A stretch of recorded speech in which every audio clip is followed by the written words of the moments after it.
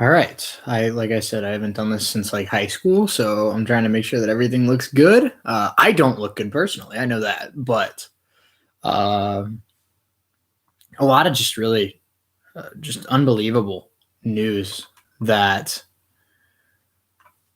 Yermin Mercedes walking away from professional baseball, and I just wanted to make sure that I gave some thoughts while it was kind of fresh on my mind. I didn't want to wait and have some of these thoughts, I'm one of those people where if I don't think about something right off the bat, I forget about it. So I wanted to make sure that I got some of this stuff out. But I hope everyone's doing well. I understand that this YouTube channel has kind of been a ghost town since like 2017. So I don't expect a lot of people to be here, whether you're live or watching later. I will leave it up for people that want to watch it later that couldn't have made it live. I know it's almost 11 o'clock at night. So I get that. And I will try my best to make it available as much as I can. Maybe we'll do this going forward with some breaking news. I don't know. We'll see. But just really, really, I'm almost at a loss for words about this whole situation with Yermin Mercedes. Walking away from professional baseball, and the source I'm going to be using is All Sports News on Instagram. You probably can't see this; it's way too blurry, but they're a great follow. Almost 600,000 followers on Instagram. Always reliable, always really fast with information. I use them a lot, especially on Instagram. They're one of my favorite sources. Again, it's All Sports News. So, but Yermin Mercedes claims he's walking away from professional baseball. Chicago White Sox catcher and infielder Yermin Mercedes announced that he's, quote, walking away from baseball for a while under a post with the words, "It's over." Mercedes has been in the minors after a big struggle over the last couple weeks, but he was one of the best players in baseball for the entire month of April, and really was really strong in May as well. Elite contact hitter, bat to ball. Not many people in the league do it better than him. He does not strike out a lot. He doesn't draw a lot of walks, but this is a guy that's going to make contact almost every time he's at the plate. One of the best bat to ball guys in baseball in those 2 months especially. He began to struggle a little bit later, like I said, didn't quite recover after Tony La Russa, White Sox manager, publicly criticized him for hitting a grand slam off of a position player with a 3-0 count in a blowout. Now, I don't want people to think that I am blaming Tony La Russa for this situation. I don't know what happened in the White Sox clubhouse. I don't know what happened in this situation. But it's interesting Yermin Mercedes, and I'll get to this in just a second, but is a very positive, you can tell he loves the game of baseball. He's always smiling, always having fun.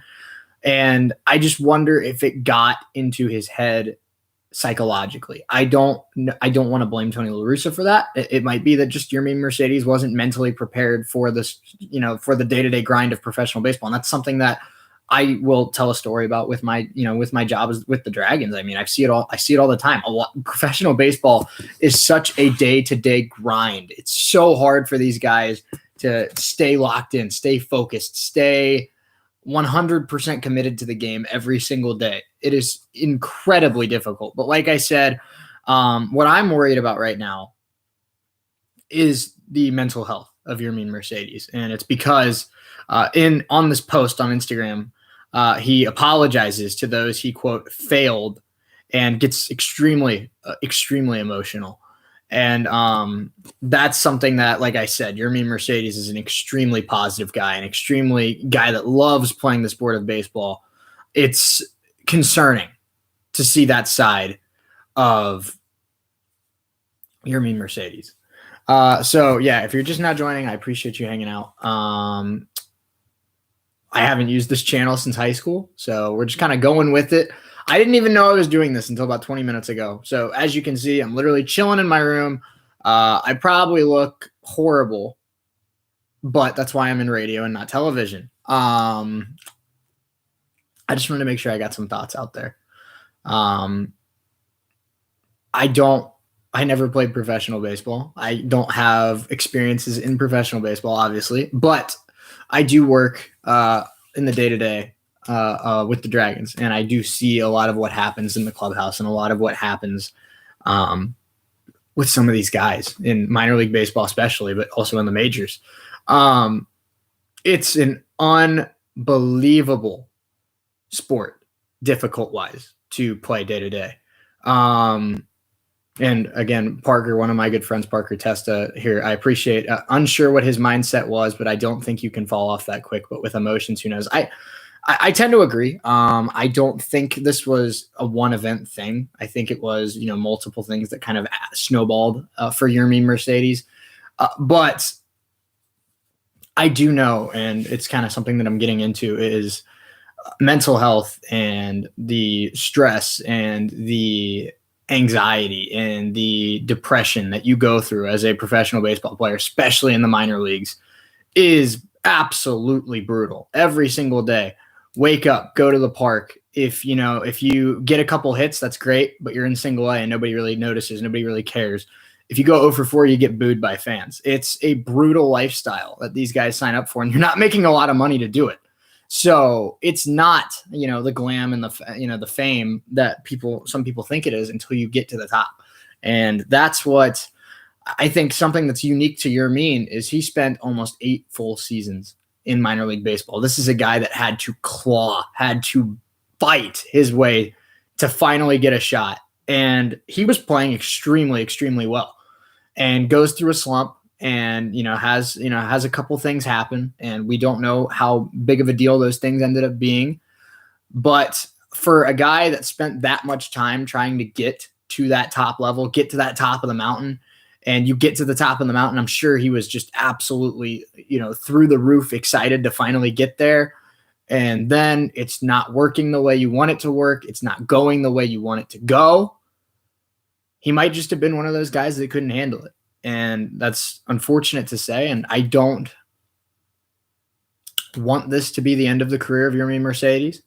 But, that's just sometimes the reality of it. Some of these guys don't know what they signed up for until they experience it. And Yermin, I think, has a more extreme side of it because of just how long he spent in the minors. If you're a guy with, semi-decent potential, you spend 3, 4, 5 years max in the minor leagues. Yermin Mercedes turns 29 years old this year. This is a guy that spent almost a full decade in minor league baseball, making bare minimum money, fighting every single day as, the oldest guy on the roster in Double-A, fighting as the oldest guy on the roster in High A, trying to get noticed. And he finally gets noticed by the White Sox, and he comes into the season, and he's the greatest story on the planet. He had like 9 home runs in April, hitting 330, 350. And then it just kind of goes downhill. And that's just kind of where we sit right now. So just, again, I'm just stunned. And it's funny that I wanted to make a YouTube video because I don't really know how I want to say what I'm thinking. But I wanted to make sure that a lot of people know that I don't play professional baseball. I don't, work necessarily fully in professional baseball, but I do have enough experiences with what I do with the Dayton Dragons that I see it from time to time. I see guys not necessarily mentally there just because of how grueling, how insanely difficult this process is to get from high school kid, 18 years old, just handed, a couple $100,000. And now all of a sudden you have to keep proving people wrong. You have to keep being the best person in the room until you finally climb 5, 6 more mountains to get to the top. It is insanely difficult. On a brighter note, anybody who's, a Giannis Antetokounmpo fan, a Bucks fan, congratulations. Very happy for Giannis. I just wanted to kind of throw that out there since I'm not doing my normal shows this week. I'm kind of taking a week off, but the Bucks win the championship and Giannis gets his well-deserved ring. How about that game 6? 50 points, 14 rebounds, 17 of 19 at the free throw line. Giannis, I mean, that might have been the most dominant performance I've seen from a big in the NBA Finals since Shaq. And LeBron, I know LeBron and Durant have had insane finals games. I don't think of Giannis like a LeBron Durant type. I think of him more as just, a bruiser, athletic center. To me, he reminds me more of He's not exactly Shaq either, but I think he plays very similarly, dominant-wise, to the way Shaq played. He doesn't spread the floor a ton. He's just kind of an attack the rim, but I will admit that his playmaking has gotten way, way better over the last couple of years. So Giannis gets a ring. Very happy for him. Obviously, Chris Paul would have been a great story if he won a ring as well, but I don't think the world is upset with Giannis getting a championship. So happy for him and happy for the Bucks. But going back to this Mercedes topic, I'm pretty much. I think I got everything out that I wanted to get out. I just wanted to make sure that people knew the full story behind it. I wanted people to know a little bit about how difficult it is to play professional baseball daily, especially, mentally, psychologically.